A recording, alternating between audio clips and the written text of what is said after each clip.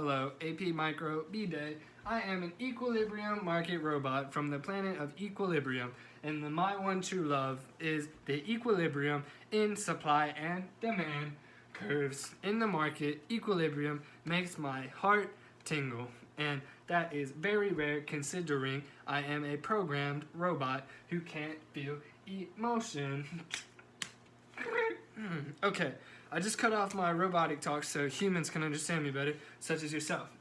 So, the supply and demand curve is what I'm going to be talking about today.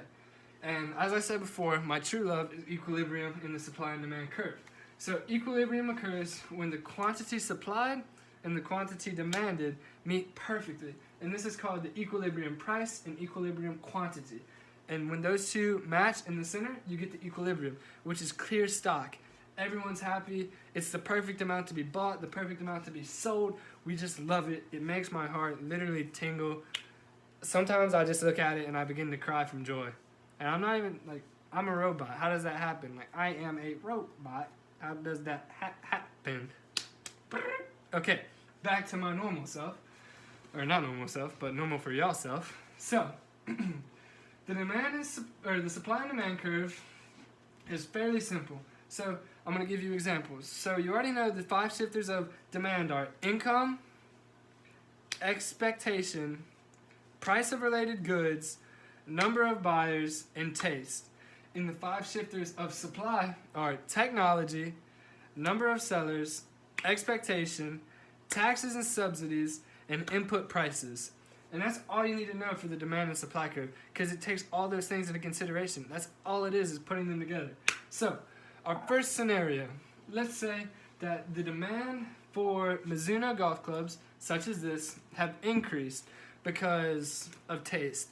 Mizuno golf clubs make you hit the ball 500 yards further, right? That's not possible unless, you're a robot like myself. I hit dingers. You may know my cousin Billy Baum. I bet he didn't tell you he was a robot. Anyways, so the demand is going to go up. The demand is going to increase and go to the right. It's going to shift to the right. When this happens, as you can tell, the equilibrium price goes up and the equilibrium quantity goes up to meet a new equilibrium price. And that's simple because it means the quantity supplied is going to increase as it meets the shifting of the demand curve. Now, this can also happen in the opposite, where Mizuno golf clubs give you cancer. Demand curve is going to shift left, and the quantity supplied, the equilibrium price and the equilibrium quantity are both going to drop to give you a new equilibrium point down here. The quantity supplied is going to drop. Meanwhile, the whole demand curve is going to shift to the left and decrease as a whole. Now, another example we have is the supply curve shifting. So, let's say that input prices go down. The supply curve is going to shift to the right. When it shifts to the right, equilibrium quantity goes up and equilibrium price drops to give you a new equilibrium point here. The quantity demanded increases, as you can tell, and the supply curve shifts left or right. Now, another example of this could be the exact opposite. Input prices increase. Supply curve is going to shift to the left. Equilibrium price is going to go up. Equilibrium quantity is going to go down. Quantity demanded is going to decrease. And the supply and demand curve equilibrium is going to be somewhere up here. Now, what happens if they move in the same direction, you're asking yourself? Well, that's why I have 2 pencils with me here today, so I can explain. So, let's say demand and supply both shift to the right. Demand is shifting because of taste. Supply is shifting because of technology. Okay.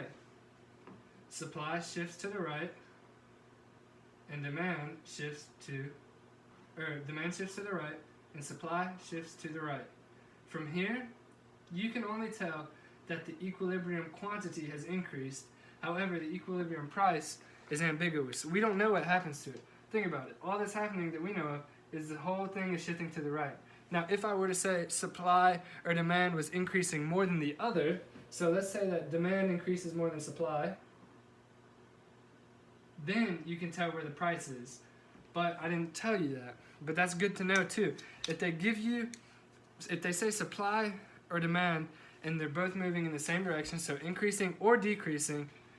If they tell you one is increasing or decreasing more than the other, there is no ambiguous items. There's no ambiguous price. You should be able to figure it out. But if they don't tell you, the price is ambiguous in quantity. If they're both shifting to the right, it's always going up. If they're both shifting to the left, is always going down. And that's because of the demand curve. Now, the next scenario I'm going to give you is what I like to call the, not more complicated one, but the old switching around. I just call it the old switching. That's what we call it back at my home planet.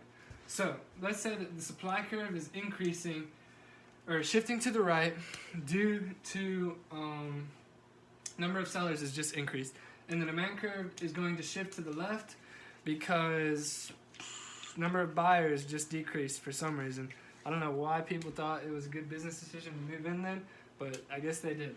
So the supply curve shifting to the right, and the demand curve is shifting to the left. As you can tell, the equilibrium price has dropped significantly, but the equilibrium quantity is unknown, right? And this can happen the exact other way. So let's say demand increases now because buyers increased, buyers moved in, it shifts into the right, and suppliers are moving out, so it's shifting to the left. Now the price has gone up. The equilibrium price has gone up, and the equilibrium quantity is unknown. New equilibrium point is somewhere up here. Now, just like when they're moving the same direction, you can tell if I tell you which one is moving more.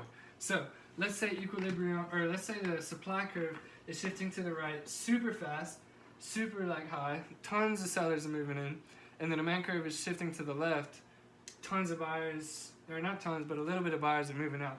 So shifting to the right, a ton, shifting to the left just a little bit. Now we can tell that the quantity has actually increased just a little bit, and that the price is still dropping because that is what happens. So before that, you have an ambiguous, if you can't tell who's moving faster, you have an ambiguous quantity, and the price is either increasing or decreasing, and unless I give you specifics, you cannot tell about the quantity. You know? That's just how it works, and that can go the other way too. So that is the demand and supply curve, and I hope you all learned something about my one true love equilibrium and the supply and demand curve.